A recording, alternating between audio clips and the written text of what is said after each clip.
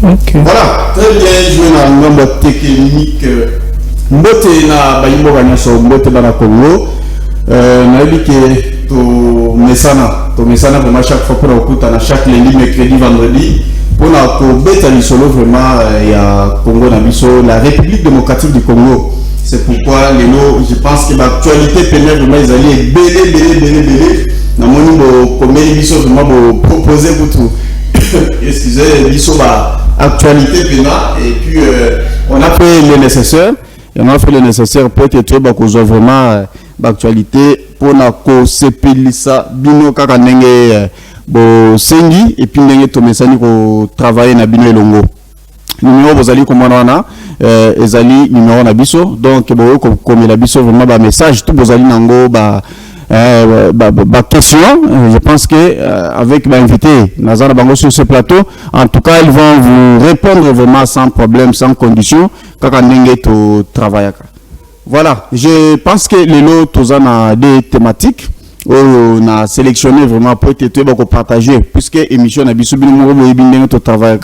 Donc ils allaient vraiment partir à Bandaku beaucoup qui peut participer mais appel ndeto yambakate. Donc comme les biso message na yo ezala WhatsApp ezala SMS normal, je pense que on va vous répondre sans problème sur ce plateau. Les lots kobeta lisolo ya ONU tolanda qui vraiment ndenge RDC a joie qui vraiment ba preuve za ki belé alobi il faut aiba vraiment ko talisa ba preuve dans le sens que Rwanda azali ko soutenir vraiment M23 mais lobby vraiment tomoni ONU yemoko avandaki et puis ba joui décision par rapport ya ba expert na bango batindaki donc ba yeko confirmer penagete izali ya solo Rwanda azali na sima ya M23. Je pense qu'il y a un monde première thématique nabiso il y a mi balé to gobeta isolo ya lever des immunités ya Kabund ou azalaki vraiment il fallait les kakona na assemblée nationale pour être baye ba kolongola yango minanga mona lobby il faut batiana no mopanzi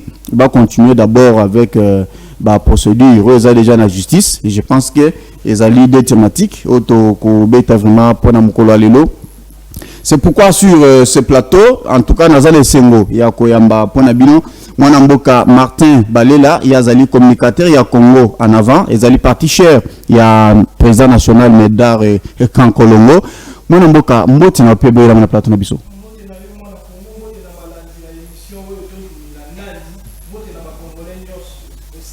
C'est tellement triste na basoda na biso bazo bunda na ngambo ya est pays. En tout cas nous sommes de cœur avec vous.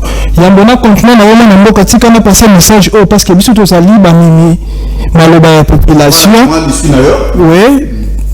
Na limina passer message au na ministre Didier Boudimbu na mama Eve Bazaïba, s'il vous plaît les Congolais baza na posa ya komona responsabilité na bino pas la responsabilité na bino ba ministère on a besoin gérer na ba secteur na bino parce que ba station d'essence est connue presque partout na ville province à Kinshasa. Ils ont causé biso ba tort et belé vraiment s'il vous plaît même ka côté la biso dossier wana Congolais comme ko ima en particulier qui a zo le ba mini concernant situation. C'est quoi ils ont danger puisque mon collègue explosé au Salima. Peut-être déjà pour vivre déjà là-bas étendu en grave. Je ne sais pas ceux qui vont agir après avoir enregistré plus des incendies ou comment. Tout le monde ici sous Maouta il lancé les missions appel d'offres bloc pétrolier et gazé.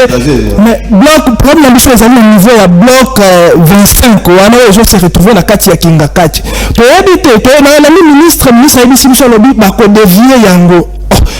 Est-ce que ceux qui sont là qui n'ont pas mangai, mangai peut pas nous capables de dévier yango, to basali yango kaka po ezali le sénateur Joseph Kabila. Or la loi nous dit, la constitution nous dit dans son article 12, nous sommes tous égaux devant la loi. Il y a ce qu'on appelle l'expropriation pour l'utilité pour cause publique. Comment est-ce que beaucoup ont là et là ils ont avantage la population, mais nous avons dévié en gros bien que ma condition est qu'on a vraiment réunité dans le niveau moko incendie pour que ça là pour protéger quelqu'un comme individu moko non. Tu toujours penser que non l'État n'a mis a mis ça comme responsable à faire la mission aux alliés Moussala aux Fengi aux Longobani parce que Congolais ont mérité même droit. Merci beaucoup Martin, merci Martin Balela, merci beaucoup. Je pense que vous allez poser là, moi Namboka, d'Alicey, où Yazali cadre à PPRB, en tout cas vous allez poser là. Je pense que quand la terre aux analyses sur ce plateau, tous l'appel Benjamin Tumba, où Yazali cadre à UDPS. Je pense qu'il y a déjà un du super Rosala sur ce plateau. Na maître Gilles Manda et Azali Pekadre à SID et à Martin Faoulou. Je pense que Rosala vraiment sur ce plateau pour que vous vraiment du solo Mengue et Sénéli. Moi, je suis content de la première thématique. Vous avez ONU a confirmé vraiment que soutien pour Rwanda Azali pour soutenir M23. Tout le monde, ça fait plusieurs sommets au Salim. L'organisation régionale, plusieurs fois RDC a récupéré vraiment Azali la preuve. Mais ça fait longtemps au RDC Azali pour le Bamakamouana, mais tout le monde vraiment Kimia et Kotaki, et puis bâtir là pour ça cette confirmation. Mais juste après, nous boulou Benyeba Namboka Balobi, vraiment Balobi, en tout cas. ONU, MONUSCO, il faut dégager Falalongwa, Congo. Les autres amis comme MONUSCO, ONU a confirmé que nous, à Solo, Rwanda, Azali Nassimani 23. Est-ce que, comment d'abord tu as jugé réponse Moi, la Congo, ils ont une hypocrisie en politique, mais un risque politique. Ils savaient bien. Mais c'est sûr que les locaux vont comprendre que Rwanda, Azali Nassimani. Et ça, événement, non lié pour les Congolais. Bisous, je te dis que non, Rwanda soutient la M23. Bango, mon copain, mais ils jouaient leur sale jeu. C'est bisous les lots que nous va comprendre que Rwanda a soutenir M23. Ils attendaient quoi?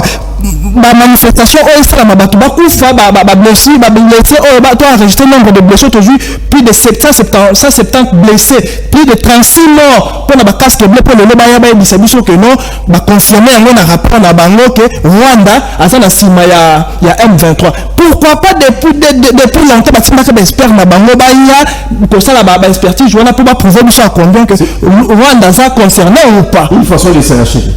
C'est ça qu'on peut dire, non mon frère. Il y a déjà situation depuis Kala. Bango côté tout na arme de guerre au Rwanda zalakana au M23 zanango et nous wapi et pas na bango le no bani ba sabi ba la hypocrisie la risque politique pour nous sabi que non to comprendre mawanabino to comprendre que Rwanda a soutenir M23 et puis rapport na bango wana et comme la RDC ni comme la Congolais ni moi je pensais que la sima rapport na bango ba sabi to va passer rapport wana après expertise je vais sabi que non vu ça to vu rapport na biso te proposer ça pour Congolais en Akimia parce que là comme je suis Congolais c'est la chose qui est Akimiate mais rapport à tout ça dans le poste parce que il faut bénéficier la mission de l'autre côté maintenant que tout ça sous l'embargo tu reçois mais tout ça l'autre côté parce que la minute on est tu comprends que Rwanda c'est là bango bon bah quand c'est tu comprends tu comprenais en kala na bango moko baza complice na makambo mais n'est-ce pas que quand même ils ont répondu à la demande du gouvernement après avoir enregistré tant de morts et puis sur le mot qui non va comprendre non surtout nous dans le contexte on va ça irresponsable depuis qu'elle a pourquoi pas tant RDC Congolais a gang le secours pourquoi pas la expert voilà une enquête non depuis mon frère soyons sérieux après 22 ans de l'eau vous savez ce rapport et pour apporter nous depuis on va dans beaucoup la plus de 22 ans rapport on est malheureux quand attend te manifester contre départ na bango parce que départ na bango est prévisible comment est-ce que tant que tu manifester départ na bango contre départ na bango tout ça pour départ na bango le bango ba exception que non va confirmer que non Rwanda va soutenir M23 depuis que là ba espère ba quitter le gouvernement s'est payé sur le plan diplomatique moi je félicite la diplomatie du chef de l'État en tout cas effectivement parce que il y a longtemps Makambo Salama quitté et la pression sur le plan diplomatique nous même bango pe ba ya ba parce que rapport na bango ya lokuta wana ils non événement et donc même la biso no ko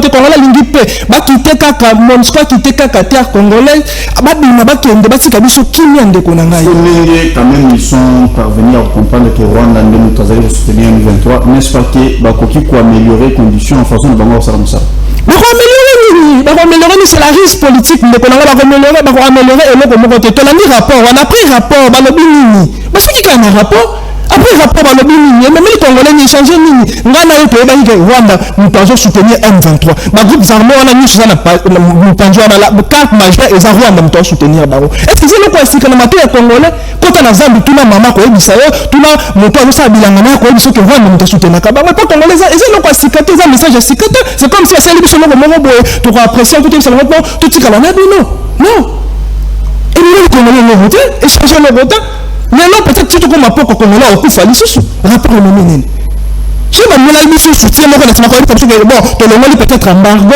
te le peut-être comment dirais-je te soutenir bino na partie boy to ba kisi ba de marche asika quand même je pense que est-ce que n'est-ce pas que aux alliés ko zelasco na sens makambo komi boy n'est-ce pas que lelo ba koki ko faire tomber pe ba sanction contre Rwanda en tout cas que les Rwandais soient sanctionnés ou pas en tout cas biso concerné biso le côté problème la biso ezali kimia kota na mboka na biso sanction ba Rwandais ou pas et concernant Congolais te ce qui Rwanda va sanctionner après so ba sanctionner Rwanda minute savez-vous pas que non savez-vous pas que les Rwandais sont leur carte majeure Jean-Pierre na bango ba jouer là bango moko occidentaux ba jouer na ba Rwandais ba sanctionner bango na po bango moko ba yebi que au Rwanda jouer Rwanda de ema ba ko ya ba bulisa de c'est bon côté force na ba rejoindre wapi imaginez que bango ba comprendre déjà que non biso to za M23 soutenu par le Rwanda biso ba tout biso ka sous embargo to ressemble normalement constitué biso na minute au président Faka a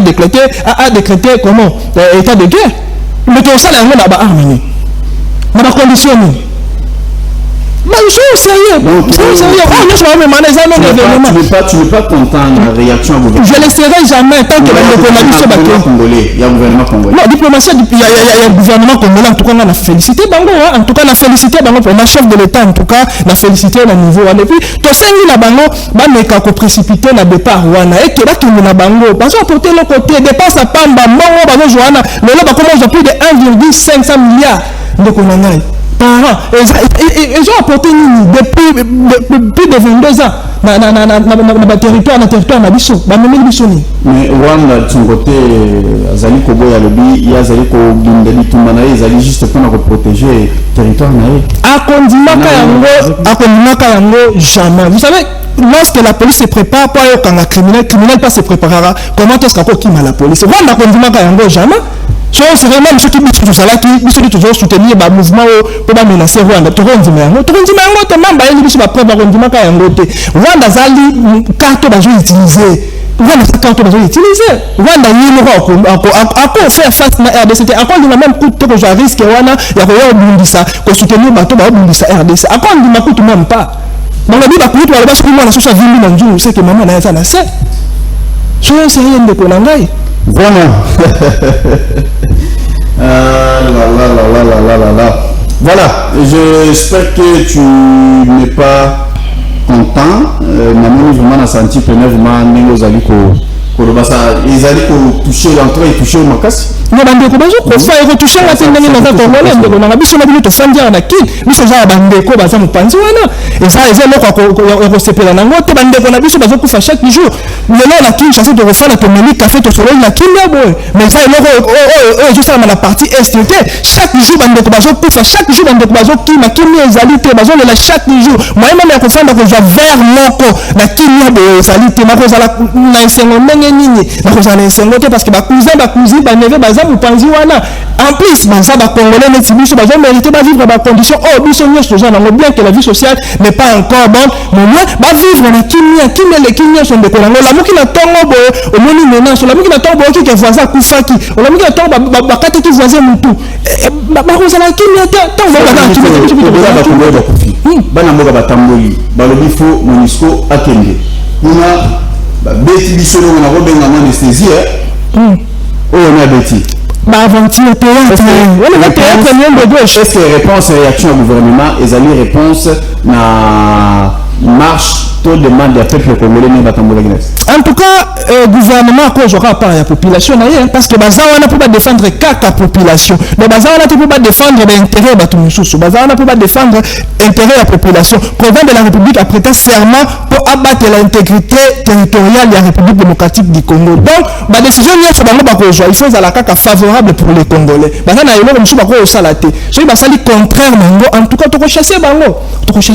Est-ce que maintenant qu'est-ce que Congo avant propose na stade autocomi? Na stade autocomi tout ça biso ezali ba ravitailler na armée na ba munitions. Mais malheureusement toko joie siko ba arme parce que tout ça sous l'embargo toko joie yango te comme ils ont déjà problème là aux déjà RDC a un problème sérieux na niveau là mais to travailler plus armée na biso parce que ba toi ta ba kokende ba on va faire avoir biso que non nous on travaille on écoute biso to kieli ba massacre comme ça fait balobi ceux qui bo bengani bango vraiment avec brutalité sans que les mesures d'accompagnement exaltées, la RDC va connaître les conséquences. Exactement. Bah yebi yango ko ba sala ba yebi yango puis yango ça se voit je na bango za yango que nous to bengani bango lelo et to connaître encore plus de cas que autres ça na yango lelo pour comprendre que ça oui c'est sûr les jeunes na bango parce qu'ils savent bien que non excusez pour le terme pour le moment actuellement notre armée a ça na vraiment na ba munitions te a bunda guerre wana ndengene tout ça ba guerrier bazawana mais ba bunda ndenge sans armes en face na biso to na bato bazo doter bango chaque jour na ba munitions asika ba arme de guerre asika biso na ba militaire biso bazo détenir ka ba AK ba arme comme ba arme de chasse ya robomela ba nyama. Il y a certains Congolais qui proposent que na mito so ba lobi ba benga na MONUSCO na ndima ka mozo kembe en tout cas ils allaient vraiment très bien pour protéger le territoire na biso. Il y a quelqu'un qui a proposé en monique non il faut basala eloko penake basangisi MONUSCO société civile locale na gouvernement bayi ba kosola vraiment pour trouver compromis. Comment tu est-ce que ils sont libres de penser selon eux ils sont libres de penser tant que Congolais mais na omi tout na makasi pour na komi tout sa makasi ko ka Congolais réfléchir bongo bato la basali 22 ans na mabele na biso même biso solution te dialogue bintu sali na bango to fana kana bango chaque jour to sola kana bango chaque jour moi je suis bintu Keita représentante ya Nations Unies yemo kwa zolo babi ils ne sont pas en mesure à maîtriser M23 yemo kwa zo bintu Keita Manduki M23 bazana ouais ndeko na obengi déjà la police qui n'a pas nangana na ba kulu bazo menacenga yemo déjà la police sur na ba arme te ozelani il faut que moi na yezate pour na ba arme à soutenir yote donc biso de bunda biso moko il faut de bunda biso moko malheureusement tout ça déjà infiltré même l'armée loko bandaki kala ça ce sont des faits la cause c'est quoi parce que tout ça déjà infiltré ba comprendre que ezaki jour ba ko préparer mo kala tout ça na ba autorité moko bo excusez pour le terme ba kana ki na ebité na lobani non, ça langage que vous m'avez utilisé comme moi je voulais juste accompagner. Non, moi je vais pas utiliser cette non, je vais pas utiliser ça mais moi parce que l'autorité mon Congolais comprendre au bazalaki parce que la même chose à niveau c'est de fait. Ma cause est pour vivre dans la situation Rwandais est-ce que Rwandais Ougandais avant ils étaient dans notre territoire non ba comme wana nini si ba va dire ba contrat mais moi les Congolais ont souffrir mais ba toi là monsieur Chouane ba sala qui ba signer ba contrat ba monsieur bazali ba famille mo kimio ba ni tout ça matin et puis certains généraux ba fandi wana ba ngo pour ça ba massacre ne continuera parce que ba se retrouver ou soit bon bengana MONUSCO puisque déjà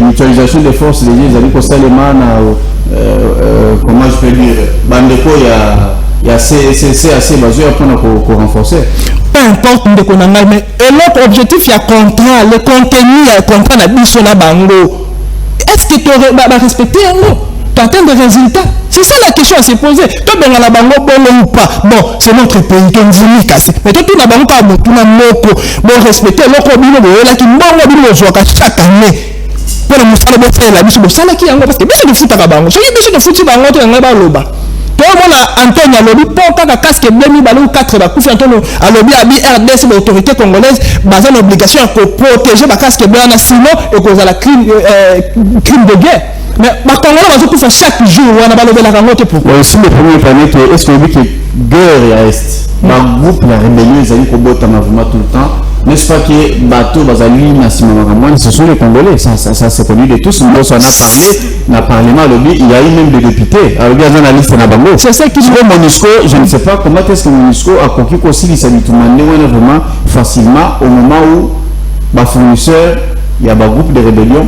Merci d'avoir pu reconnaître que Bango dans la musique était à cause de ça. Bien que non, parce qu'ils vont le faire, ils vont aussi ça rapidement. C'est un mot parce que Bango va déclarer que Baza compétent qui est aussi les Sayango. Que les Congolais, Bazalawana, Bazalawana, tu as un groupe Wana. Mais Miso de Bango qui Bango, parce que tu te sens qui faible, Baba soutenir, Miso aussi les guerre Wana. Congolais, Zala, tes promesses, parce que respecter d'abord le contrat de contenu va respecter en côté Congolais ça ou pas même chez Congolais ça quitté admettons baza bango sur Ouganda bango ascension ba c'est sûr que non to bengani ba Ouganda nyo sur na kata ba truc wana to tsali kana ba Congolais bino aussi ça na ba nyina bande ko na bino ba Congolais ba bengana biso no kana o ba Ouganda ba Rwandais o no so ba se retrouver na kata ba mouvement wana nyo so wana parce que c'est ba Congolais parce que ba continue ko bengana même ata ba Rwandais wana te.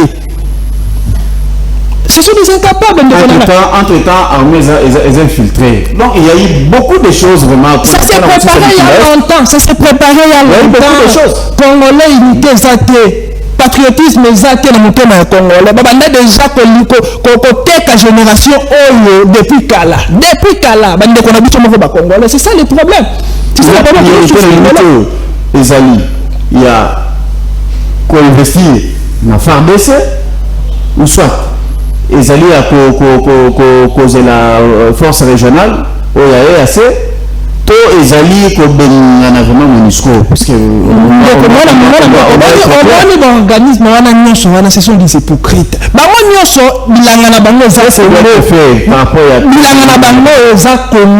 Ce qu'il faut faire, souci la mission des alliés, sous embargo. Mission mon côté investir dans l'armée, mais tout ça va pas armée. Comment est-ce que mon toit a déjà attaqué? Ils ont petit ça à se défendre. Mais ils ont se défendre. Comment ça?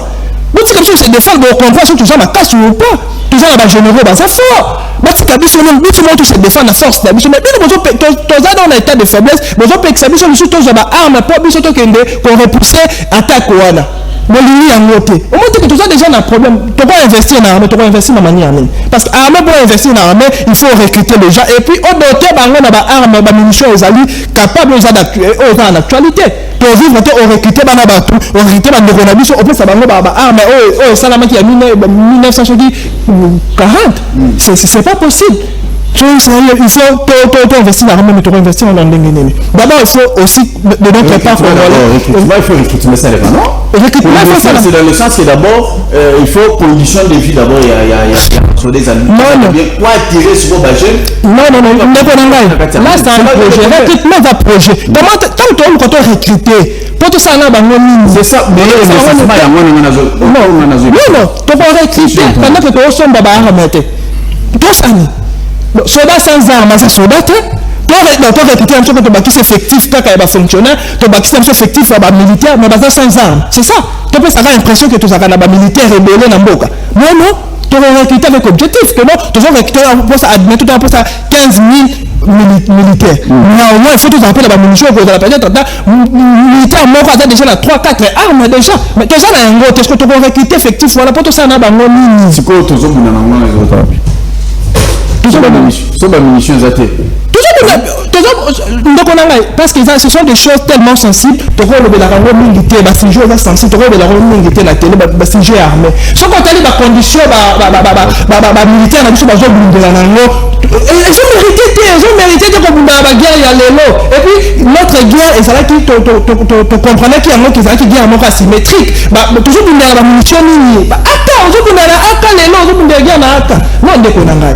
Et ça, c'est pas possible, non? C'est pas sérieux aussi. Voilà, merci beaucoup. Je pense que Banambo Babayoki permet vraiment de Martin Balela, vous avez communicateur à Congo en avant. Boki permet vraiment de Zali pour lever la Congo. Voilà, tous allez peine à essayer pour y sur ce plateau, Manamboka. Benjamin Tumba, Yazali 4, il y a UDPS, mais UDPS qui s'en gagne, UDPS qui s'en gagne, sur ce plateau, mbote na yope boyela na plateau ata ningo ela na retard bien que ezali à pied levé. Ok, mbote ende journaliste na seli bolimbisi monique mboga etando ya Kinshasa ezali na bambouteillage, tu m'as appelé vraiment à pied levé pour le respect que nous devons à notre peuple. Je me suis dans l'obligation naya na mbela na yo pour que tu échanger au sujet aux na ngona mkolona lelo. Voilà, merci beaucoup pour Melate, vous allez kolobela makambo tali confirmation de ONU avec confirmer que certainement Rwanda a allé pour soutenir M23. Comment tu as jugé d'abord le communiqué? Vraiment, na remercier peuple congolais. On était tozalaki peuple monaki musika et baki makabuni ezole kana na terrain. Ngai nazali na mboka Kisangani. Parfois na koma Goma, nazo tambola na estamboka biso to bando soupçonner déjà na kati ya MONUSCO que élément mabe batumbuma mabe zaki na kati bando pesa banguna, c'est-à-dire ba rebelle ba groupe armé baza ko armé bango pour que babundisa mboka na biso. Donc journaliste vraiment c'est très pénible parce que malheur na biso zaire richesse na biso est vu qu'il y a or, il y a diamant, il y a casterite, il y a colta, toutes les minéraux où ezali na kati na etano na biso na kati ya MONUSCO ba élément wana to bandako soupçonner ba yaka na minduki bazo pesa ba groupe armé pour te esilate bitumba esilate ba umela na mboka na biso. Et Dieu merci lokola kondo docteur Etienne Tshisekedi Mulumba lobi ayibisaka biso peuple congolais, prenez-vous en charge. Tant que tu as déjà cette conscience patriotique, les monique na bango moko bayoki soni, ils étaient dans l'obligation baloba semba. Semba des alliés Rwanda, Uganda, Burundi, bapenyo sinitrof, bazala ba influence na ba zone minière na biso, c'est pourquoi bazala ki na posate ke bitumbe sila. Tant que la guerre continue, bango bazala ko s'enrichir. Ndo yokaki na mikolo lekaki Rwanda zaki premier producteur ya or, colta, casterite na RDC au moment biso de toujours produire. Vu blocage depuis président Félix à côté na Bokonzi, atie moi mécanisme à contrôler ba minéraux na biso yango mokolo na lelo et bimina poissa et là c'est que arsenal nyonso ya Rwanda et kotaki déjà na Bunagana avec l'intention d'envahir Mboka Nabiso comme dans les années 85, 96, comme ils étaient entrés avec l'AFDEL, ainsi avec l'RCD, l'MLC, RCDN, RCD national, tout ce monde avec M23 aujourd'hui qui sont maintenant leurs pions, maîtresses, Yabitumba Pote, Toumela Nakati, la même cirque, ya Moubou. Mais ça, genre là, ce n'est pas une façon de se racheter.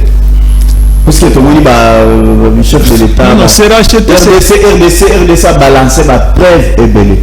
ONU a tablé plusieurs fois sur la agression RDC, mais en aucune fois il a vraiment cette révélation. Non, non, le problème c'est. Et qu'on se coïncide avec le mouvement, le peuple congolais, c'est là où je trouve que c'est une façon de se racheter vraiment envers le. L'armée le plus puissante du monde, c'est le peuple. Quand le peuple pris conscience, balobi ke biso munguna na biso tel lokola to telemaki Nations Unies yoki soni.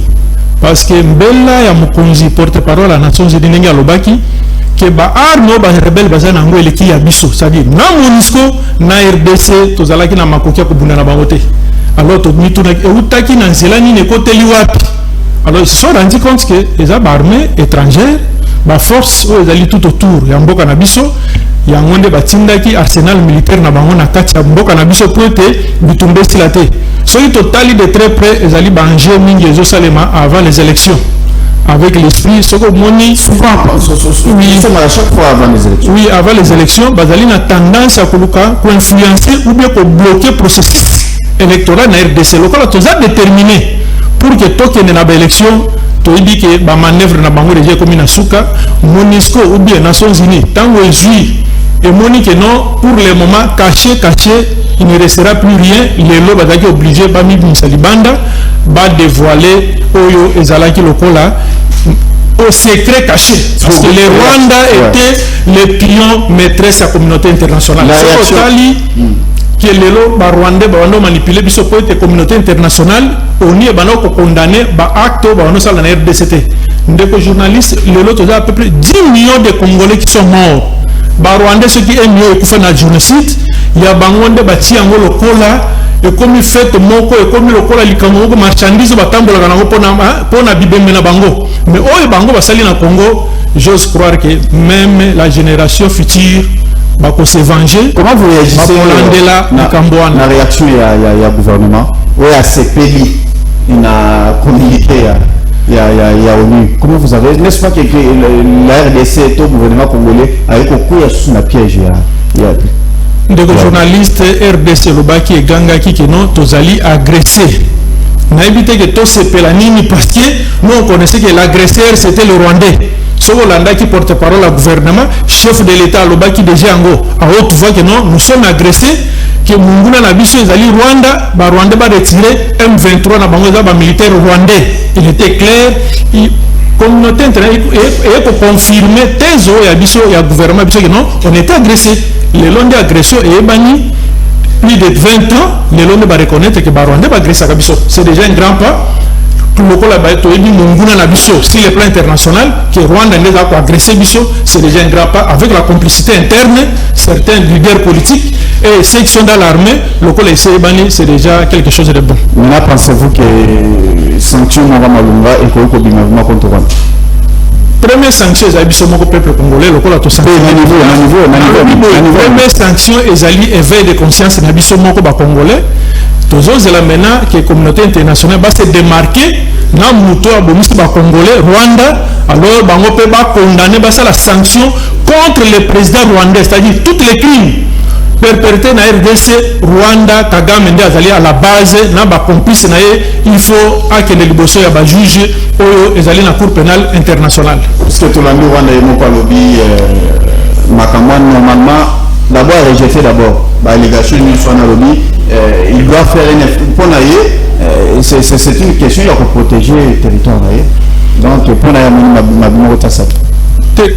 aucun jour, plus de 20 ans, élément tamoko armé moko etikala ko attaquer Rwanda. Si les Rwandais ont des preuves, que pendant 20 ans, plus de 20 ans, que incursion moko saleme pa na bango ba rebelle ba uti na RDC ba attaquer à l'accession mon colonie ba attaquer. Mais biso nde tozali victime. Il y a nyonso ba attaque nyonso zobima na mboka na contre notre peuple naturel justement que les Rwandais vont répondre devant l'histoire na ba acte nyonso ya kobuma peuple congolais. Voilà. Maintenant, qu'est-ce que les Congolais peuvent puisque je souhaiterais vraiment avec ce sujet. Les retraits des troupes rwandaises qui sont en train d'occuper Oignon Sobazali Nakati et Tangwa Bunagana, Ruchuru, Rwandais va retirer les militaires Nabango dans l'immédiat. Ouais. Le peuple congolais n'aime plus vivre avec leurs militaires. A retiré les troupes nous sommes des pays voisins, nous sommes membres à plusieurs organisations africaines et internationales.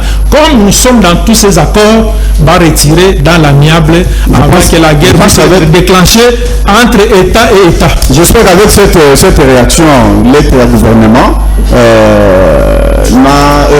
l'État ONU, la réaction au gouvernement du gouvernement congolais à ce pays, est-ce que cela et compris que ça peut dans la commune et puis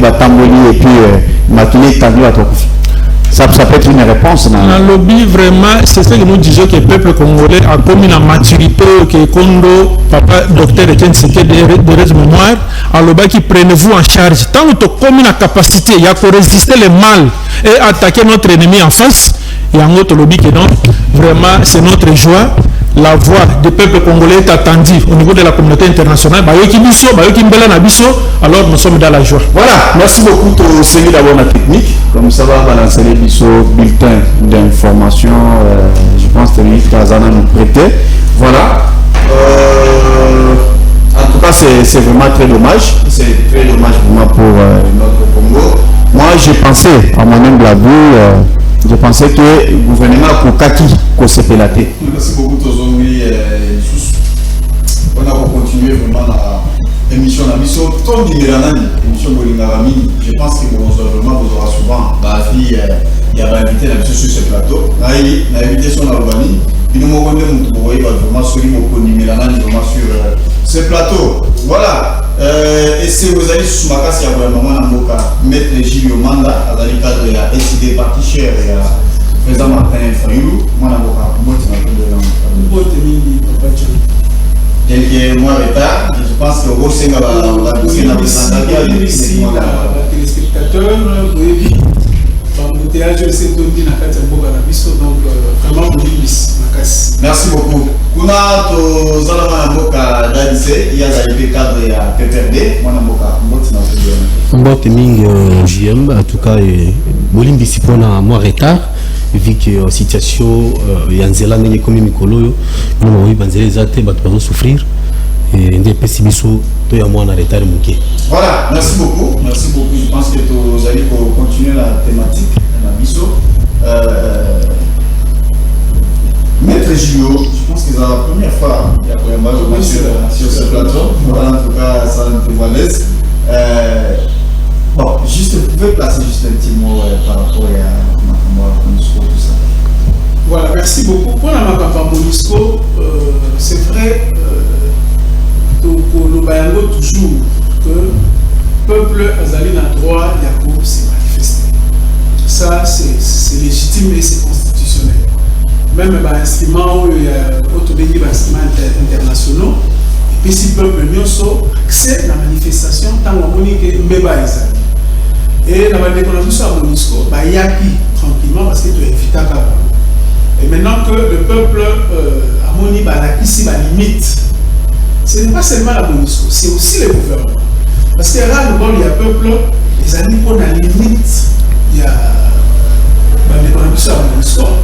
Ils se sont montrés incompétents dans la côté Kimia, et même le régime en place, il a participé à la limite dans la côté Kimia, et le peuple a été l'ennemi. Mais quand même, cette fois-ci, l'ONU a confirmé que c'est le Rwanda qui soutient les mouvements. Donc, pour confirmer, oui, c'est très en plus, le gouvernement congolais a accepté la victime. Non, mais Kobeka Maboko, là, je suis désolé de dire que le gouvernement est irresponsable. Comment ça? Parce que pour le bac, le gouvernement est bête à Maboko, on a ONU à reconnaître, il faut que le gouvernement a sali pour ONU à reconnaître qu'effectivement, Rwanda est Bakakius. C'est le peuple qui s'est pris en charge. Le peuple n'a pas dit que non, trop c'est trop, télémi pour que tout soit solution, on n'est pas MONUSCO. N'est-ce pas que cette fois-ci, vous ça on n'a pas amélioré les conditions pour ce moment ça. Non, conditions, c'est vrai, vous en avez besoin à Kimia, vous en avez besoin à vos partenaires, mais conditions pour améliorer les conditions, il faut prendre en charge.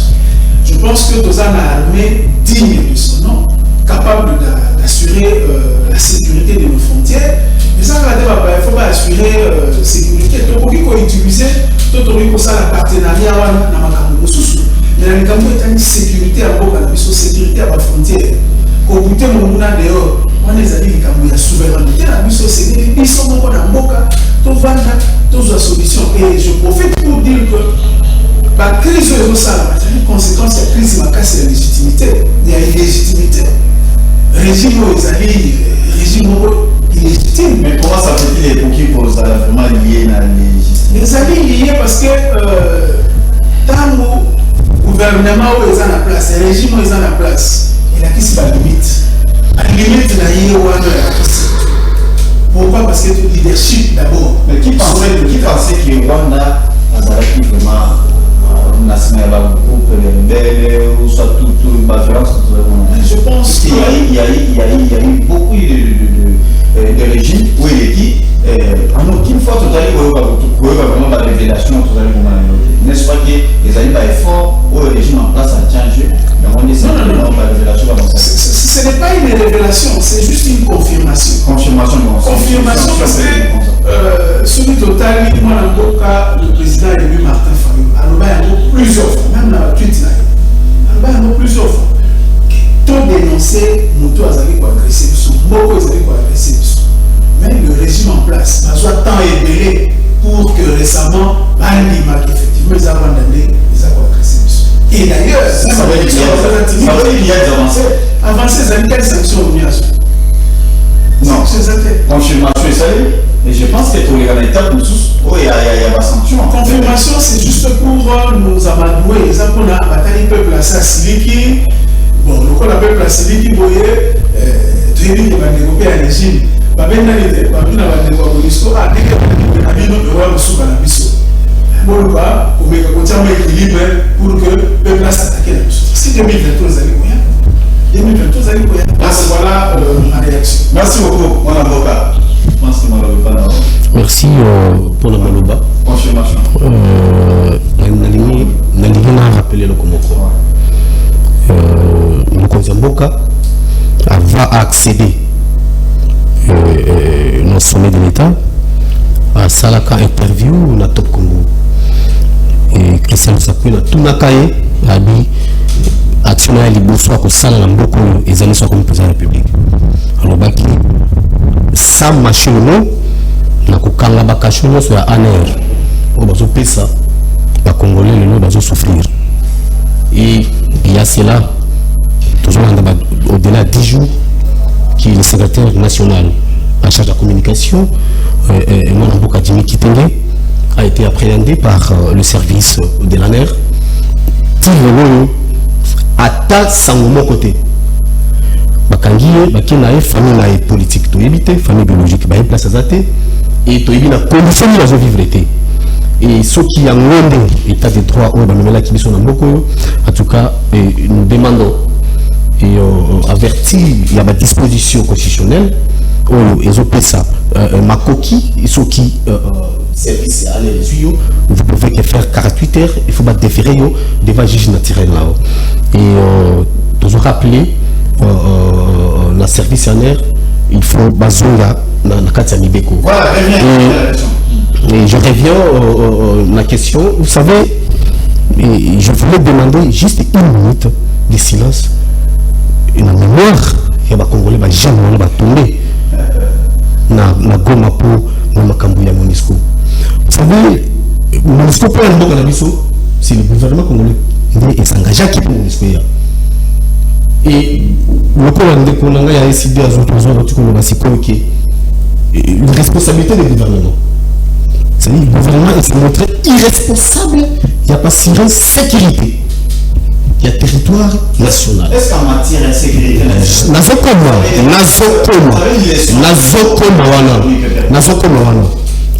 qui MONUSCO a fait pour assurer la sécurité en bon côté, c'est qu'ils ont à connivence et le gouvernement de la République. MONUSCO, les chassés, qu'on sa peuple, à qui n'a balabala qui n'a pas koufa, et ça le peuple wana, à jamais qu'on pèse ça, mbongo. Na pouvoir na gouvernement pour assurer ce qu'il faut naïe. Donc c'est des responsabilités. Et je l'ai toujours dit, ce qui le gouvernement et c'est-à-dire est capable, il y a pas assurer sécurité, il y a mis sur la Congolais, non, va démissionner. Et mais pourquoi le régime passé n'a pas démissionné? Pourquoi? Parce que le régime passé s'est assigné. Le régime passé a déclenché le processus de retrait. Il y a MONUSCO. Le président honoraire, c'était devant le Conseil de Nations Unies. Il a dit, vu que la MONUSCO a montré 5 minutes, son bilan de 2 décennies est tellement mitigé. Et je demande déjà son retrait sur le territoire national. Et Bakendate parce que quand le régime, ça politique déjà, même ici, même à prolonger via MONUSCO dans le Bisso. N'est-ce pas régime? Mais pour prolonger, voilà, nous allons revoir, il faut. Parce qu'il savait que non, vous en avez dit, mais Kagame. Et moi je dis les Rwandais, non pour rien. C'est le régime Kagame qui traite avec le régime de notre pays. Auquel, frère et ami, et Bango, on concocté tout autour de la République. Merci beaucoup. Vous avez 2 minutes, comme ça, tu commenter. Moi, la Congo, vous savez, na bandi na ndeko na nga ya PPRD. Oui, laisse-moi te dire sans avoir froid aux yeux. Je dis le loto souffre de la situation en Isabino. Donc, si tu as vu dans l'état où on a sérieux, ndeko na nga ko le kana plateau to le bana Tu es la sérénité. non, Comme tu le reconnais, il y a pas une pas sérieux. vous avez un stylo, non? Notez, et vos abaissements. Comment le comportement d'agitation est un mouton? Je ne suis pas agité. Tu t'inquiètes, sois calme. Hein? Dans le monde où on a l'attaque qui a mis, ce qu'on a dit ça, peut-être que tu as bombana, tu as soni, tu as courage à voir le bas. Non, on ne connaît pas. Tu as souffert à cause d'un bino, badil la bino ya moutou, badil le kill to bo sala. Félix en fout, nyongo à moutou na makolo. Mais non, vous prenez le courage, vous voyez le plateau qui tombe au bout, vous savez, la sécurité. Pendant 18 ans, vous savez, vous savez, Congolais, vous savez, est. Ah, peut-être que vous savez, vous savez, Kenya. Vous savez, vous avez famille pour notre vous savez, tout le monde est ça.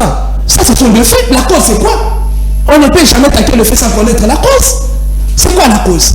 Tout le monde a sonné, surtout les gens qui sont en train de kala. Tout ce qui est en train de faire, tout ce qui est en train de faire, non, non.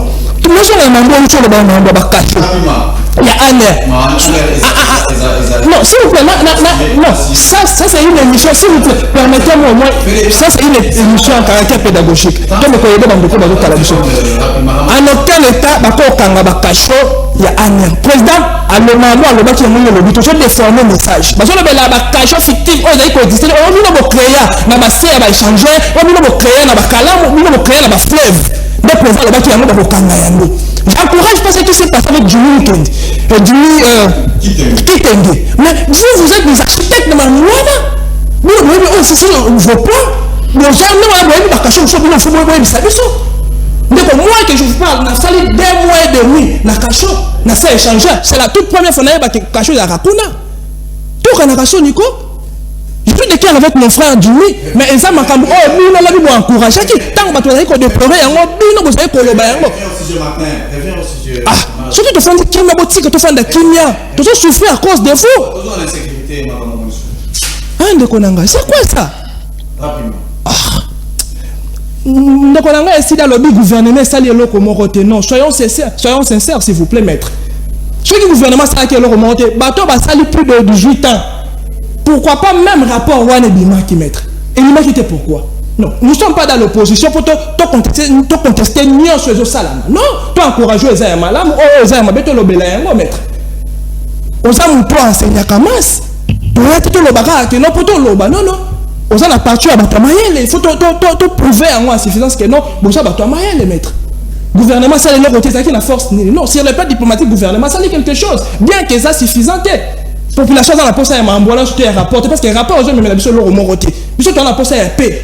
Mais moi, tu encouragé parce qu'il va bâtir ça. Président, qui pays dans la situation au niveau à l'Est. Pour le loto fan de toi, le gouvernement a salé leur côté.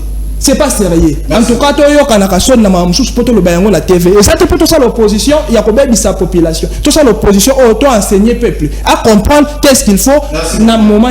Merci. Voilà, maître Maître Gio, est-ce que pour vos autres pour comparer le régime passé, 18 ans, pour comparer le régime qui s'est dit, est-ce qu'il y a des avancées et déjà on a essayé de faire dans le sens qu'il y a l'autonomie quand même moins espoir au bas de la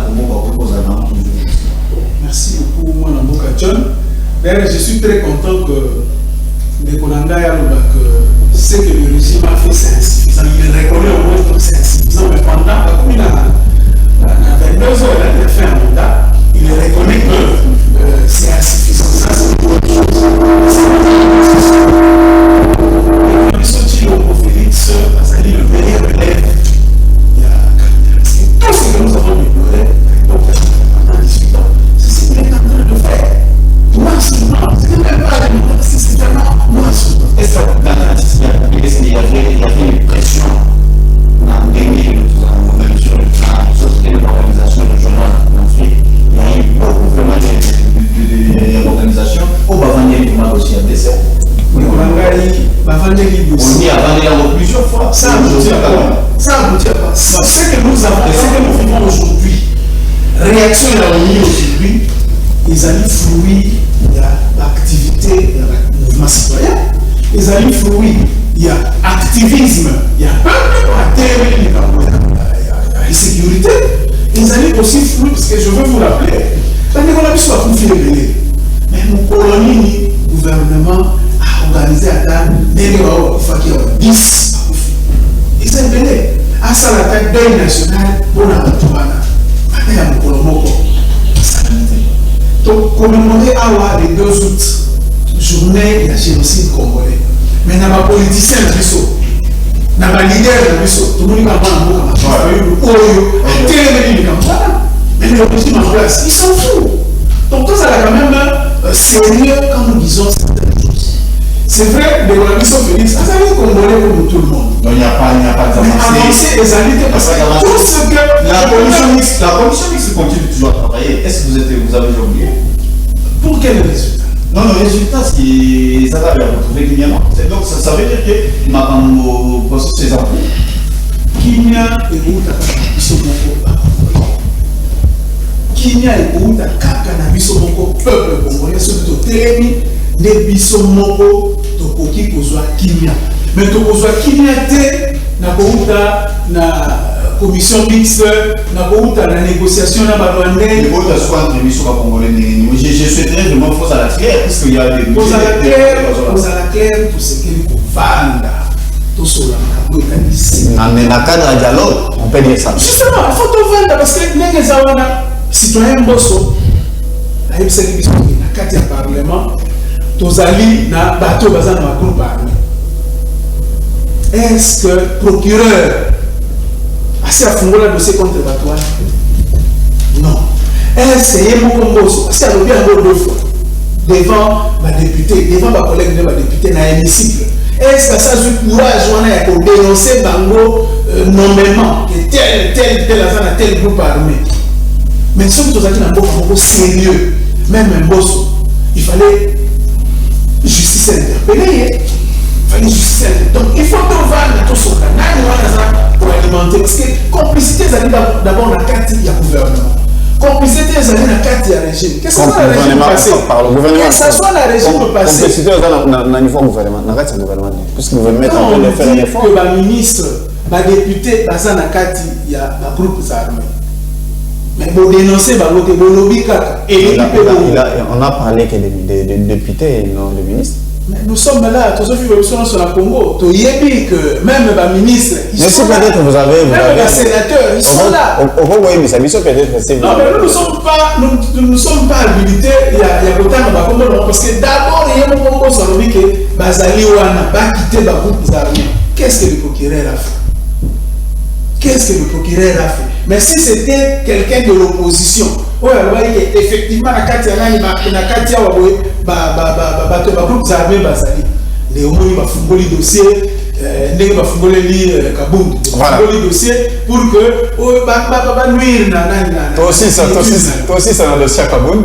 Ok, Benjamin. Vraiment, naza koyoka o na bi motema ezali ko salanga pasi. Tant que bandi mandat namoni bandeko na biso la muka à la tête les rebelles au moto ba voter qui est azwaka mbongo na parlement Fayulu na Muzito balobi to ko paralyser mboka. On devrait commencer d'abord à arrêter Muzito na Fayulu pour bangonde soki trouble les na est baza à la base na discours na bango peut-être l'élément na bango baza na kati. Là, je t'informe déjà au départ, c'est ça leur plan. Et ne croyez pas que Félix, et ne croyez que l'actuel chef de l'État allait faire plus de 3 ans. Écoute, non, ce sont des opposants au milieu de nous. Il vient de déclarer, il est là. S'il y a un irresponsable, c'est Fayou, il est député national. Les autres sièges au Parlement, il est où? Qu'est-ce qu'il fait? Il touche le monument. On l'a doté, le véhicule, comme tout député, mais il parle à côté, on se dit, parmi les députés qui sont en train d'entretenir la rébellion à l'Est, y compris les leaders aussi, et dedans. Tout ce qui écrit là, c'est chercher à gagner estime au peuple congolais. Vraiment, nous sommes tellement déçus, le peuple congolais. C'est le genre de type de leader et autres, moi, Namboka Félix, à Kouti, la main, ça, il y a PPRD. la rébellion qui a commencé par l'AFDEL, entretenue par Kabila, qui mandat non se folie. À cause de ça, l'armée n'a pas nommé les généraux, les officiers, tous les services de renseignement, ils allaient plein na bato Kabila. Oh Kabila, tikela kibiso, oyo, atikeli biso a piégé qui régime à président Félix. Dieu merci. La guerre avait commencé. Tchoko Tali, Bafizi, Baraka, Kuna, Plateau, Nyoso, Matiti, Bunia. Suivez d'abord. Au commune à Bunia, Beni, Butembo, Tchoko Tali, impact. Il y a désolation. Zagi Nambokawana, Lelo est commis un peu minimisable pour Nanini. Un fort et un gouvernement Nabiso. Concentration qui est chef de l'État qui constate moyen à tienne armée pour que tout se passe. Le corps de qui est bitumbezo, c'est la groupe armée comme déposer ma armée. Qui a suscité M23 na Bango, c'est leur plan avec l'intention que tant qu'il n'y a pas de dialogue, on n'ira pas au dialogue. Préparez-vous pour aller aux élections. Kabila nous a mené aux élections. M23 est occupé presque Est Mobimba, tant qu'il y a une rébellion. Dans l'élection, voter qui bat Kabila, na kati ya même confusion, il y a ba armée oyo bango moko ba tchaki groupe armé na kati est. Kabila était général-major. S'il y a quelqu'un qui peut d'abord, une fois de plus, vous prouvez de quoi il était capable de terminer la guerre, c'était Kabila. Mais le ceux qui battent Kabila, dans le régime de Bango, général-major qui a géré Abimi na Rwanda, a traversé Congo Mobimba, a Zongi, a comme chef de l'État na Congo, je vous dis, M23 était là. Ndenge moko a faire cantonner bango na Rwanda. Yende a cantonné bango. Non, non. S'il était sérieux, parce que on avait désarmé l'M23. Quand on va désarmer qui bango baki cantonné wapi na Rwanda. Ba Jules Mutebusi ba Laura Kunda yé a ebi bango ba collègue na yé ba sa bango musala na armée na RDC. Comment ces gens-là, lui ne devrait pas aller à Kangabango? Président Félix a joué la diplomatie.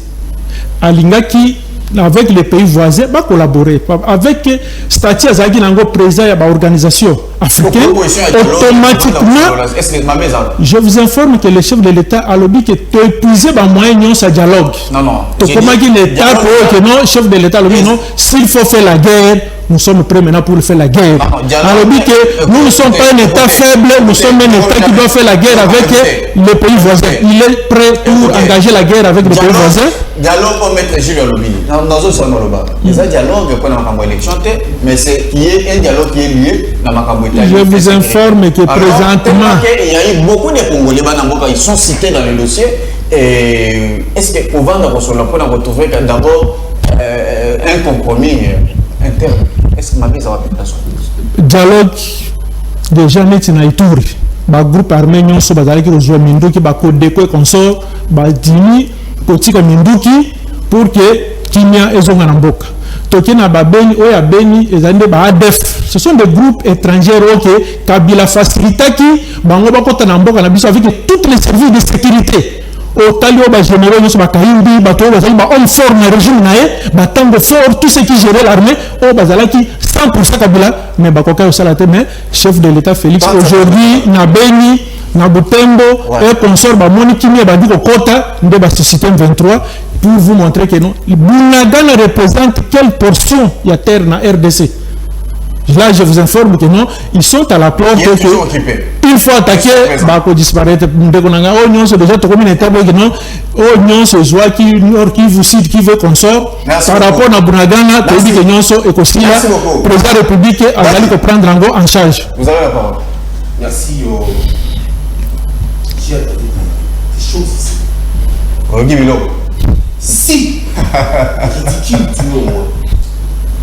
Et des confrères ici, on est dans le plateau D. Malgré Bango. Mais je suis désolé et mon cœur saigne. Quand Bango quand il taxe Félix c'est d'être élève à Kabila, je vous dis, Félix est de l'école de Tshisekidisme. C'est ça leurs écoles. Kabila tire sa révérence dans le kabylisme ou dans le bombisme. Les résultats, il y a le bombisme, Kakabilisme, oui. Ce qui se passe aujourd'hui dans la gestion de la recette publique, c'est là tiré de l'école de Tshisekedi. Nous avons une gestion chaotique auquel on ne sait plus là où nous sommes. Ça c'était un. Les dialogues, qui est décidé de dire devant les dialogues, nous, notre position, parce que c'est nous qui dirigeons nos positions. Oh, notre position c'est ici. porte parole à l'opposition. C'est nous qui dirigeons la position. Mais ça, c'est une bonne chose. Les textes est clair. Les textes est clair où on peut trouver l'opposition, la majorité. Allons seulement à l'hémicycle et vous trouverez quel est ce parti qui a plus de députés dans l'opposition. Là, c'est automatique, ça ne fait pas débat. Mais ce que nous demandons, c'est faire table rase. C'est-à-dire que nous avons toujours bandé la main parce que Kadima ne nous inspire pas. Non, reviens. C'est ça, je voulais balayer ma campagne, il y a dialogue. Et il a dit ici, Fayoulou, ben voilà, sans député national, c'est lui qui est irresponsable.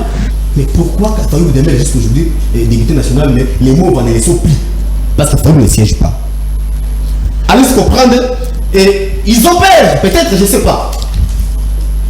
Il va répondre à cette question au peuple congolais. Les soldats des JKK, ben voilà, il dit dans l'armée, mais l'armée est républicaine. L'armée n'appartient à personne. Si vous voulez faire cette armée, et le vôtre de ma pinga est à la Kayamboka, ma pinga est à la Kayamboute, Boyana Boyana Mboka, Bossi Bosalini. Ce qui va Rwanda bazalaki na kati mapinga et là koni bosi bosali na le Rwanda beaucoup qui bona bobimisier bobi tala yo ya to bimisier général rwandais to so bimisier et na mina rappeler peuple congolais kaka mina zolo basikolo Bunagana et sous-occupé, ça dit exact ba Rwanda de bazo gérer Bunagana, ba Rwanda de bazo gérer Bunagana. Mais baza sur la centre était ya Bunagana. Biso tozana école na zanga na bangomba na bamontagne biso tozana école bazo gérer école na biso eza école nini école na cette école nini école na cette tangisa biso bolingo ya mboka na engagement ferme de ne jamais trahir même 1 cm ya terre na biso tango ya 1 cm ya mboka eza sous occupation. Ça c'est l'irresponsabilité de la part de 30 secondes pour terminer. On se peut ça 30 secondes mais il faut faire la guerre avec il dit que non voilà les présidents non si Rwanda li a retiré tout ça la guerre mais Bunagana ngona basa guerre na Bunagana tout le monde balon M23 na Bunagana incapable ya kolongola M23 na Bunagana. Il me fait me dire ici sur le plateau de voilà la diplomatie. À quelle diplomatie? Non, c'est dans le sens que on nuit à l'injure. Ça fait partie de je vous dis, nous sommes agressés. Nous sommes agressés. Mais le président de la République a fait 250 voyages, vous le savez. Il est allé en Europe, aux États-Unis. Terminé. Il a trouvé gain de cause pour la Makamouya. Et il est allé maintenant pour ça État d'Afrique de l'Est, Ouganda, Rwanda, Zambie, Kenya. Pour la télévision, mais voilà, aujourd'hui, une partie de notre terre est sous occupation de l'armée rwandaise, enveloppée sous les mots de l'M23. Merci beaucoup. Merci Mwanamboka. Merci beaucoup. J'espère que comprendre. Peut-être ceux qui tous à l'âge vraiment dès le début, tous attendre vraiment à solo lango vraiment puisqu'on n'a pas le choix. Nous sommes dans l'obligation vraiment de passer sur la deuxième thématique. Je pense que tant qu'on a parole pour la deuxième thématique, peut-être qu'on va lancer plus rapidement. Voilà, tous les qui dans la deuxième thématique, vous allez lever des immunités à Kabound. Il y a eu beaucoup de problèmes. Kabound qui devrait aller pour répondre à Ndenge Batindela qui est le document. Il a répondu à Mosso pour dire qu'il faut assurer d'abord Makamwana Mopanzi et d'ailleurs assurer Makamwana la justice. De l'autre côté, Azali pour reprocher que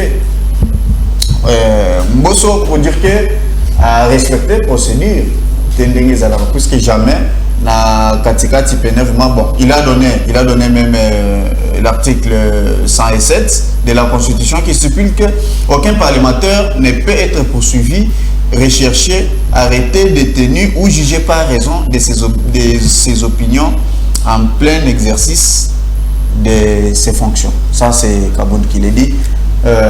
Maître Gilio, votre commentaire. Merci beaucoup. Avant de faire le commentaire, il faut que nous fausseté parce que l'émission est suivie par intellectuels libérés. Nous devons commenter ça au niveau et à débat. Il ne faut pas tomber à 10e rue, tomber à 4 plateau. Fayoulou, Azana va suppliant d'ailleurs Oyo, Aza possible, d'ailleurs maman Charlotte Massial, Aza qui prononce suppliant de heureuse mémoire. Le 9 février, ça a remplacé déjà la maman Betty, ou la Dima, donc à Siejaka. Parce que ce n'est pas Siejaka, mais le Mongolien n'est pas laissé pour le Mongolien. Donc Fayoulou n'est pas député. Fayoulou est député. Nous avons député.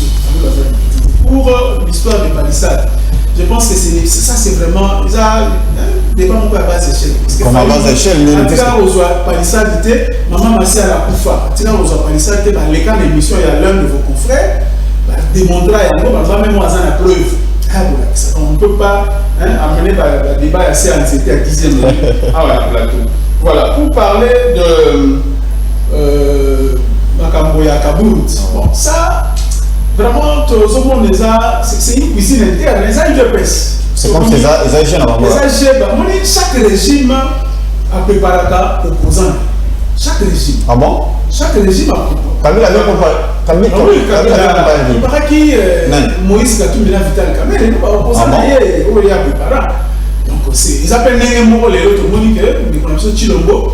A préparé Kabound. Ils ont préparé Kabound, n'a pas de sous. Ils ont parce que pour vous dire que, pour vous prouver qu'ils ont préparé. Ce qu'Otali de tout temps, quand on lance un réquisitoire, il y a le ministère public, et c'est lever d'abord, il y a une immunité pour la poursuite.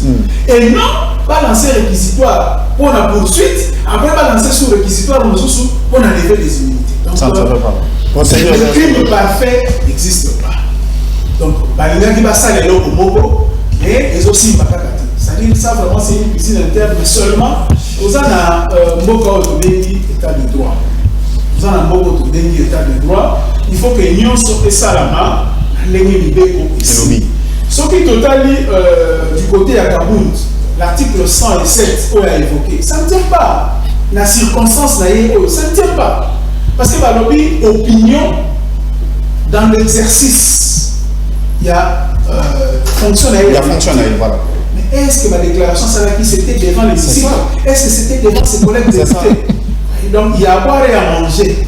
C'est-à-dire, et là, on va ça, ils ont aussi battu le laboratoire, ils ont bien été. S'il avait fait des déclarations devant les disciples, à sa opinion par rapport à un point donné, toujours le bas, la situation à Est, là c'est normal. Mais quand nous, à l'équipe, nous sommes dans l'opposition, mais nous ne pouvons pas, nous sommes de l'école, il y a la valeur. Vous ne pouvez pas passer dans la télé pour la Kofinga. Kofinga, ça bien. Si vous voulez que vous pas bien pour la coalition ou soit alliance, comment est-ce que vous pouvez. Je vous ai dit ici, Kabound Azali, va se préparer. Non, j'ai dit, ceux qui les loyers. Est-ce que le président Martin Fayolo a pas bon, question là, opposé au président Martin Fayolo. Non, opposé en tant que ma connaissance, SID. Les amis na bateau bazali ma valeur. Ici les amis na valeur. Et si les Salaki Congrès, nous sommes le premier parti et le seul jusque là pour un Salaki Congrès pour déterminer l'avenir de la partie. Donc les alliances peuvent se faire, mais seulement il faut bureau national et siéger et à la cap par cas. Ce ça lui demande d'un bon uniforme. Bureau national des alliés pour faire les siéger, il va vous faire répondre. Merci beaucoup. Moi, Martin, dossier Kabound. Oui, moi, dans l'Assemblée, et pourtant, il fallait réquisitoire, comment est-ce qu'il fallait se défendre?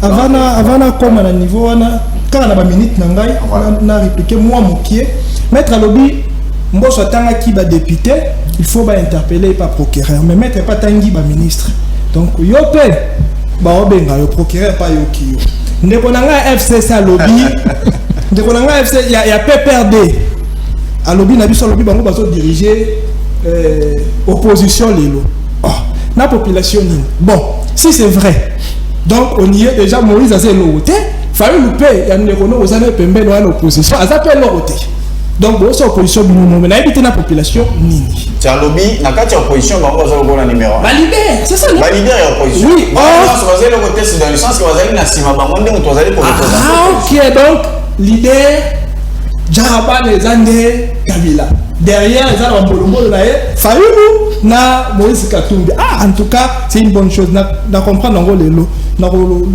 prochainement na les sous ba maître en tout cas va présenter au maître s'il vous plaît mais ma biso to comprendre biso il faut informer biso il faut la qui ça biso maître ngana na comme niveau na hôtel réquisitoire toujours bel procureur et ça là qui pour l'audition et ça pour la poursuite il y a des choses différentes il faut tout mettre comme ça la moi Coca-Cola bureau règlement intérieur il y a Assemblée nationale dans article 100 et D il faut le lire avant de répliquer ou avant de dire quelque chose ça a aidé le bini la petite prérogative dans le bureau d'abord il y a qu'on livrer un député pour l'audition et non pour la poursuite par aucun organe assemblée plénière na assemblée plénière des décisions finales et kobimakuna réquisitoire kamunda zoloba amoni yamote soyons sérieux là ce sont des théâtres avec les ennemis va le faire à Rolobani puisque makambo il fallait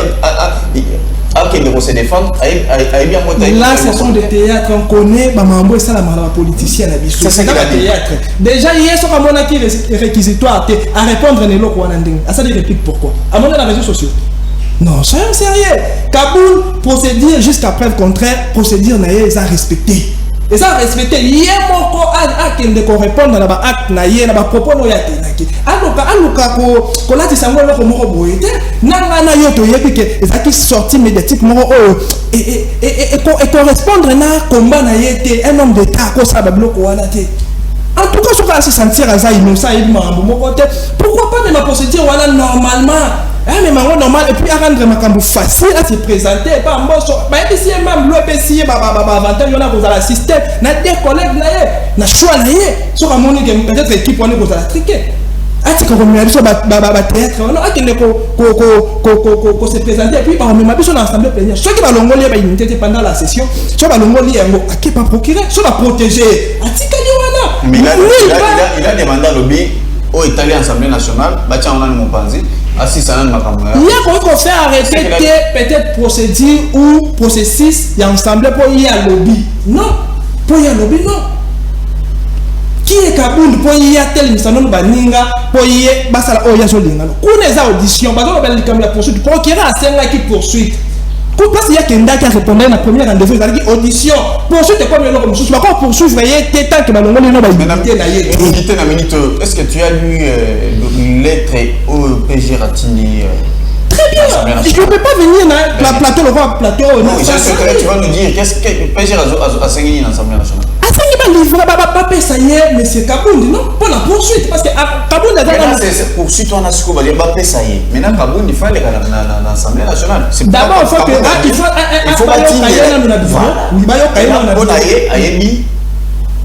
C'est ça ce qu'on appelle la risque politique. C'est ce qu'on appelle la risque politique. Qu'est-ce qu'on a dit, qu'est-ce qu'on a fait, tout ça dans le sens que c'est la risque politique. Le couteau politique est fan d'Akawana. Parce que tout est politique est fan d'Akawana. Le couteau wana. Toyebani, ayebi bien que n'enga dana dala qui notifié. Yemo kwa yebi yango. Tozé là. En tout cas moi je souhaiterais tellement le bien à notifier. T'es pas notifié. Jusqu'à preuve contraire, ça non innocent non. Pourquoi on a précipitation? batika ye soki baza notifié te banotifie ye et puis akende devant bureau et puis akoleka epa procureur soki bakolongola ye baimité na ye ozala bien eza lomo tout owelango c'est comme un dossier d'actualité namoni eza kuna importance te soki lelo eza régime ya bajustice kabulu ye moko aza architecte po ye moko ndenge aza wana ye nde moto apesi plan bajustice wana c'est pas sérieux ça nalingaki na faire comprendre ndeko na nga oyo ya IDPS non naza IDPS te non naza IDPS te nga azali na Congo en avant nga aza IDPS te non naza IDPS te voilà qu'il faut attendre la loi sur l'opposition politique biso toza genre ya bato to négliger ka bato te tous les Congolais tozoka bango na valeur mais toza ba respectueux beko on peut reconnaître la force d'un regroupement ou d'un parti politique au sein de l'hémicycle. Au départ, il y a un nombre, il y a des députés des sénateurs. Alors, après, il y a un parti, il y a Moïse Katumbi, il y a des députés plus que PPRD. Ça, je dirais non. Même les CID n'a pas ce nombre de députés plus que PPRD. Ce n'est pas pour autant dire que j'ai dit la population. Avec quelle population? Mais le République de la population est en opposition. Déjà par vous. Même la population est en opposition. La population est la majorité parce que vous avez ça anonyme. La population est en opposition. Nous avons tous à combattre. C'est ça qui est. C'est ça qui est. La musique. Libre Kitty. Non, depuis le matin. Non, c'est ça. Alors, on fait un autre qui n'attend pas la lettre.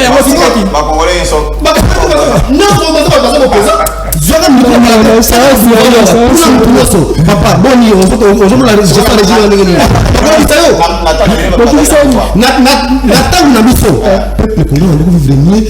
l'UDPS à l'époque en opposition, à la robe, J.P. Moulaï, le président Massé. Depuis 32 ans, à Zoro, ça va faire plus de l'organisation de la République de Nobel. Au Colia qui toque. Policier, on a tout ça. Maintenant, on peut se faire le policier, on a tout ça, on a la Moutouka. Pour un fonctionnaire, on a dit, bon, on est Mataka. Allez, Kaboul. Makambu à Kaboul. Mais je l'ai dit ici sur ce plateau, nous avons dévolé. On va voir le dossier, le théâtre va aussi la IDPS. Parce que depuis l'IDPS, il y a un pouvoir assister à un théâtre. Bon, nous sommes à théâtre, il y a 5 jours, il y a les genoux. Ça dit théâtre, c'est théâtre. Dans le spectacle que vous avez qui oh non, ben voilà, il a été interpellé, la procureure, pour avoir attendu, à comment va relâcher l'idée de la boulevard à 30 jours. Et comme il y a un boss, ben voilà, il ne faut pas lever imiter la boule de cri. Oh non, boss, c'est qu'ils ont dit. Comme nous avons dit ça là, le peuple congolais, basé en 4 copes na bango té. Peuple bino bo sala, ils a nous, mais peuple congolais a déterminé.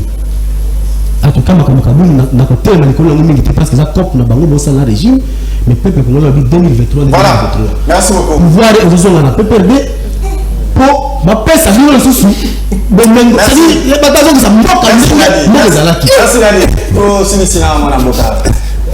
Monique Nazara l'homme le plus patient parce que tu as agité Monique Mboka tozo kamango malam. Donc nangai à PPRD je t'informe je suis fonctionnaire de l'État. J'étais surpris que l'objet n'a qu'une banque na Monique salaire nanga s'est augmenté plus de 200%.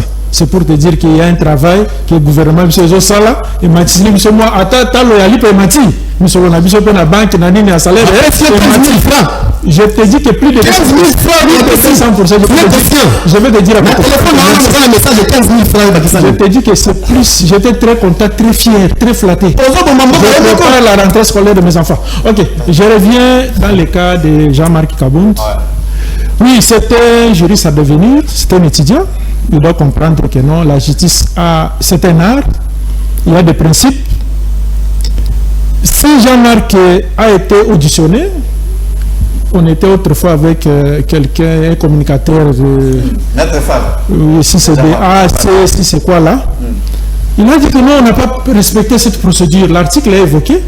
Si on vient de se rattraper qu'il doit se présenter devant le bureau de l'Assemblée, c'est pour respecter la justice. Hein, chez nous, c'est ça la loi. C'est un état de droit, c'est un citoyen congolais. On a revendiqué, non, on n'a pas respecté les procédures. Ces procédures doivent être respectées. Aujourd'hui, il est appelé par une institution qui le gère. Il est géré par Mbosso, Jean-Marc. Si le président de votre institution vous appelle, c'est lui qui peut te livrer ou c'est lui qui peut bloquer ce processus. Comme toi, tu refuses, la loi a tous ses principes. Tu sais que non, d'une manière ou d'une autre, vous allez toujours comparaître. Hein, j'ose croire que vos collègues de députés, vous les avez d'abord manqué du respect en attaquant leur institution et leur président, sans ignorer que la présidence de la République, qui est une institution d'abord de souveraineté, qui garde d'abord la dignité de notre pays, qui est attaqué. Alors s'il sait, il est obligé, moi j'ai dit à ses adeptes, il doit se présenter calmement, avant que la loi puisse être encore tenue avec sa grande rigueur contre lui. Il ne peut pas échapper à la justice et à la rigueur de la loi. Merci beaucoup, message Eleki. Vous avez 30 secondes, vous avez demandé juste pour apporter un éclaircissement sur ce que mon collaborateur rapidement, puisque nous sommes arrivés. Poursuite, la audition est dans la poursuite. On ne peut pas poursuivre quelqu'un sans l'auditionner. Maître. Il y a, s'il vous plaît, il y a quand même le respect. 30 secondes, rapidement. Quand on ouvre un dossier RMP, il y a un dossier RMP qui est ouvert. Déjà, on va engager tout de suite. Mais total chrétien. S'il vous plaît. Total s'il vous plaît, s'il vous plaît. Vous n'êtes pas... Je souhaiterais vous citer les cas. Comme ça, quand on ouvre un dossier RMP, cela suppose déjà de poursuivre. Merci beaucoup. Merci. Merci beaucoup. Merci beaucoup. Nous sommes arrivés pratiquement à la fin. Martin. Donc, je maîtrise aussi. S'il vous plaît, Martin, nous sommes arrivés. C'est par élégance que je t'appelle maître, mais c'est pas ça. S'il te plaît. Nous sommes arrivés vraiment pratiquement à la fin pendant l'émission Alléluia. En tout cas, Nazan et Sengo, vraiment, il y a Toyabaki, Mwanaboka, Martin Balela, il y a Zali communicateur, il y a Congo en avant. Vous avez sur ce plateau Benjamin Toumba, cadre à IDPS. Il est avec nous sur ce plateau. Merci beaucoup. Côté Tozaki, Maître Gilles Manda, cadre à SID. Et puis, Kuna Tozalaki na Mwanamboka d'Adisei, cadre à PPRD. Merci na Binonion Sonin Bozin Bakwa pour la Biso. Merci à l'équipe technique qui a accompagné Biso. Rendez-vous na Biso 21h pour la rediffusion. Botikali Malamu, Tokotani Balasi. C'est pas grave.